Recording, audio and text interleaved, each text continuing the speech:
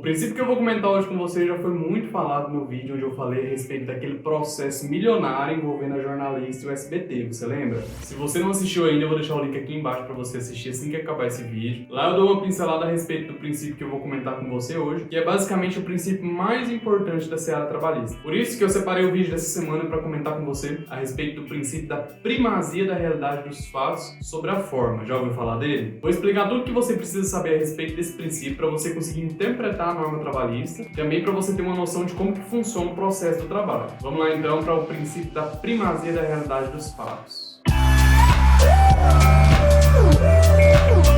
O princípio da primazia da realidade busca no direito do trabalho priorizar a realidade em detrimento da forma. É basicamente isso. O princípio da primazia da realidade diz que primeiro se esclarece os fatos para depois analisar as provas documentais, as formas. Por exemplo, tem um vídeo aqui no canal onde o Dr. Jefferson explica que existe a possibilidade de haver contratos sem que exista a formalização desse documento. Então, o simples acordo entre as partes faz um contrato tácito e esse contrato tem validade. Apesar de ser um contrato, como não existe nenhum documento assinado, nenhuma folha assinada com cláusulas contratuais vinculando essas duas partes, não há dúvida de que se trata de um contrato que vincula essas partes que fizeram acordos ali. Porém, se houver algum litígio relacionado a esse contrato, como que eu vou demonstrar isso na justiça? Porque a prova do vínculo existente entre as partes é justamente o contrato que não existe, foi combinado de boca, foi tácito, não existe um documento formal ali para comprovar esse vínculo. Então aqui nós temos um problema. Por exemplo, eu empresto meu dinheiro para um parente com a promessa de recebê-lo de volta daqui 30 dias. Não fiz nenhum contrato, não mandei nenhuma mensagem, não deixei nada escrito. Apenas eu fiz um contrato de empréstimo ali de boca mesmo, sem a formalização de nenhum documento. E aí, o que vai acontecer? Quando passar os 30 dias, se esse parente não devolver o dinheiro que foi emprestado, como que eu consigo esse dinheiro de volta? Ganha quem consegue provar. Se eu não consigo provar o vínculo entre mim e a pessoa que recebeu o dinheiro que foi emprestado, como que eu vou fazer com que a justiça obrigue ele a devolver o dinheiro que foi emprestado? É complicado, eu vou ter que usar outros meios de prova e às vezes, se não existirem outros meios de prova, eu vou acabar perdendo esse dinheiro. Por exemplo, vamos alterar um pouco esse exemplo, ainda falando da esfera civil. Se eu empresto 10 mil para esse parente, mas eu acabo fazendo ele assinar um contrato de empréstimo no valor de 100 mil reais, sem que ele perceba. Não vou discutir aqui a validade desse contrato e nem nada que possa viciar. Eu só estou discutindo com você a questão do vínculo contratual existente entre as partes. Mas a pergunta que eu quero te fazer é o seguinte: existe a possibilidade de eu, na justiça, cobrar desse meu parente não os 10 mil reais que eu emprestei, mas os 100 mil que estavam pactuados no contrato? Olha só, cada caso é um caso, eu sei disso, mas nesse exemplo é fácil perceber que se o contrato tem validade, se foi assinado por testemunha, se ele tem registro público e se não existe em suas cláusulas nada que possa viciá-lo, o simples fato de haver esse documento escrito me dá o poder de buscar na justiça o ressarcimento pelos 100 mil reais que foi pactuado. Até porque aquele contrato, aquele documento certifica de que o meu parente recebeu 100 mil e não os 10 mil que de fato eu ofereci. Então lá no processo civil, na justiça comum, se eu tenho o documento, eu consigo provar o fato. Por isso que segue aquela regra de que quem consegue provar é quem leva melhor no processo. Então aquela parte munida de mais provas documentais ou mais provas formais consegue sair na frente, lá no âmbito civil. Agora, na seara trabalhista, a situação funciona um pouco diferente. E essa situação é diferente aqui na nossa competência justamente pela aplicação do princípio da primazia da realidade dos fatos. Aqui, na Justiça do Trabalho, não interessa muito o que está escrito no documento, o que está formalizado num contrato, por exemplo. Aqui, o que tem validade para dilação probatória dentro do processo é o que realmente acontecia de fato, o que realmente acontecia no mundo fático, ou seja, a realidade daquele trabalhador, a realidade daquela empresa. É isso que vai fazer toda a diferença na hora de aferir quais os direitos que esse empregado tem ou quais as obrigações que essa empresa acabou deixando de cumprir que fez o empregado adquirir certos tipos de direito no processo. Aqui, os fatos são muito mais importantes. É por isso que o princípio se chama primazia da realidade do fato sobre a forma, o documento. Então, se no meu contrato de trabalho diz que eu trabalho 8 horas diárias de segunda a sexta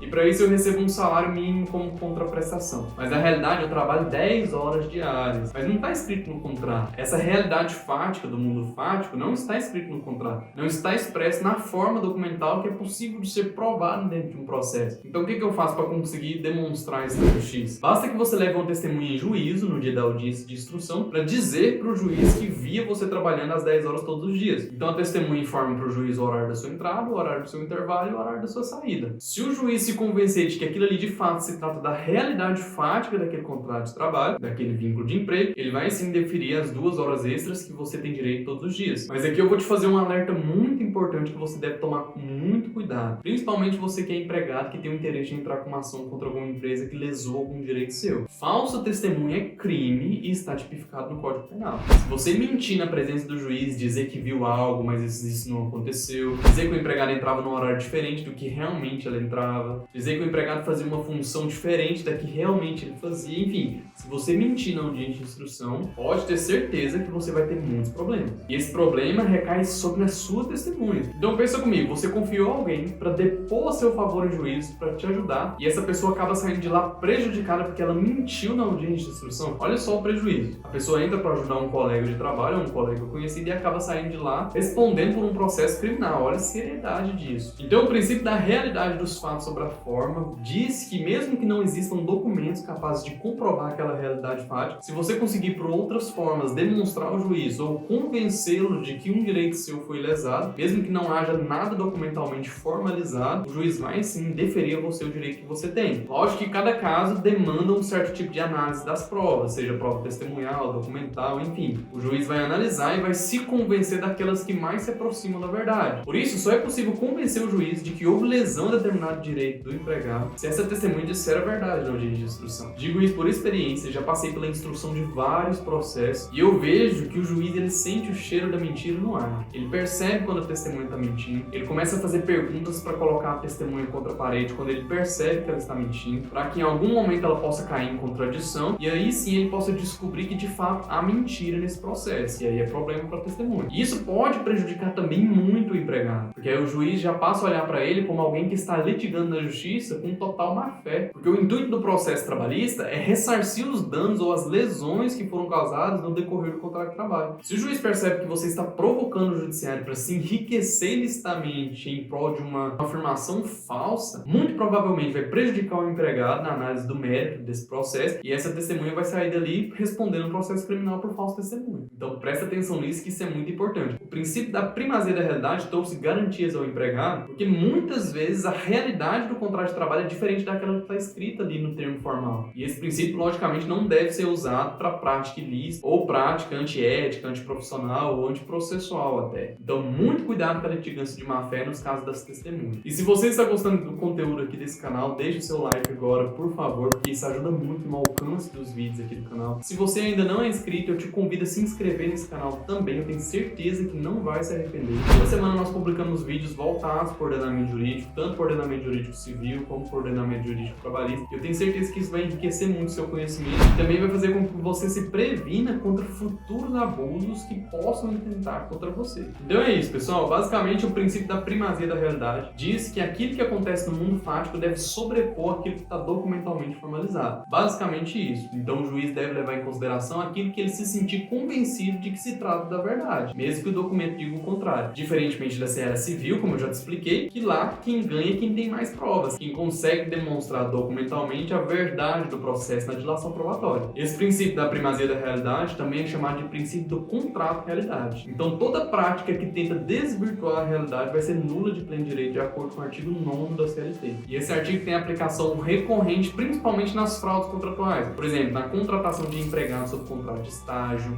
na contratação de empregado como prestador de serviço, na ausência do controle de jornada do empregado, falta de pagamento dos adicionais previstos em lei, e também acontece muito nos casos de desvio ou acúmulo de função. Por exemplo, o empregado é contratado para trabalhar em uma função, recebe o salário dessa função, mas exerce uma função totalmente diferente, ou é registrado para trabalhar em uma função, mas no dia a dia acaba exercendo a atividade das duas funções, e por isso ele deve ser remunerado a mais. Então a primazia da realidade simplesmente eleva a realidade dos fatos sobre aquilo que é documentalmente demonstrado. Basicamente isso. Então esse foi o tema de hoje. Eu espero que eu tenha conseguido te explicar esse princípio, que é bastante complexo, de uma forma simples, para que você entenda e para que você veja a aplicação prática dele nas normas contidas na CLT e também na sua vivência cotidiana do seu contrato de trabalho. Esse princípio é de suma importância porque ele norteia a atividade de todas aquelas pessoas que estão envolvidas na relação de emprego. Seja o empregado, a empresa, o órgão fiscalizador, o juiz, o advogado, o contador da empresa, o departamento pessoal, o departamento de recursos humanos, enfim, todas essas pessoas que são envolvidas diretamente na relação de emprego sofrem influências do princípio da primazia da realidade. É por isso que ele é tão importante, tá? Agora é o seguinte, se eu não conseguir solucionar alguma dúvida que você tem em relação ao direito do trabalho, fique à vontade para deixar aqui nos comentários que eu vou te responder responder com todo cuidado, tá? Então, o vídeo de hoje fica por aqui. Eu te espero em outra oportunidade para poder discutir mais sobre o direito do trabalho com você. Um abraço e até lá!